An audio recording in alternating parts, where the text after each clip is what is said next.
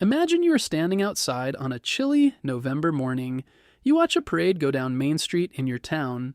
Veterans of all ages walk by in their uniforms. The crowd claps and cheers. Little kids wave American flags. This is Veterans Day.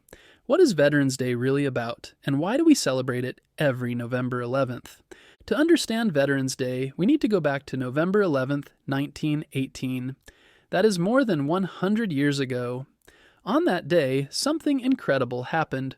World War I, which people called the Great War, finally came to an end. Countries all across Europe and beyond had been fighting for more than 4 years, and millions of people died.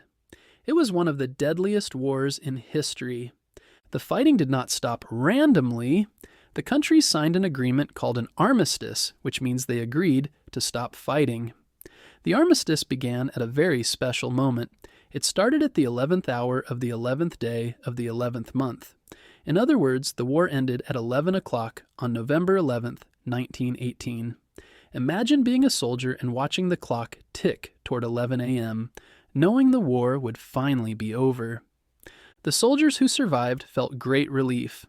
One soldier named Andrew Johnson remembered his unit was ready to attack a big city called Metz. It would have been dangerous, but then the armistice happened. The war was over, and they were safe. The next year, President Woodrow Wilson made November 11th Armistice Day to honor the brave soldiers who fought in World War I. The first celebrations included parades and moments of silence at 11 a.m. People remembered the soldiers who had served and the hope for peace. In 1938, Congress made Armistice Day an official federal holiday. Many believed World War I would be the war to end all wars, but sadly, that did not happen. World War II soon began, and millions more Americans served. After that came the Korean War. America now had many veterans from different wars, and people thought Armistice Day should honor all of them, not just World War I veterans. A Navy veteran named Raymond Weeks from Alabama shared this idea.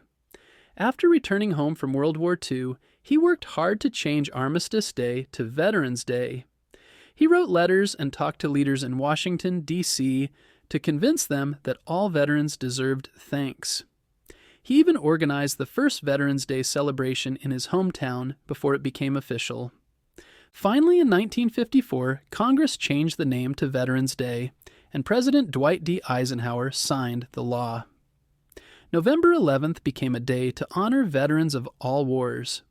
Raymond Weeks continued celebrating veterans every year and became known as the father of Veterans Day. In 1968, a new law moved some holidays to Mondays to create long weekends. Veterans Day was moved to the fourth Monday in October. Many people did not like this because November 11th is important in history. So in 1978, the holiday returned to November 11th, where it remains today. You might wonder what the difference is between Veterans Day and Memorial Day. Memorial Day honors soldiers who died while serving their country. Veterans Day honors all veterans, living and deceased. It is a day to say thank you to everyone who has served in the military.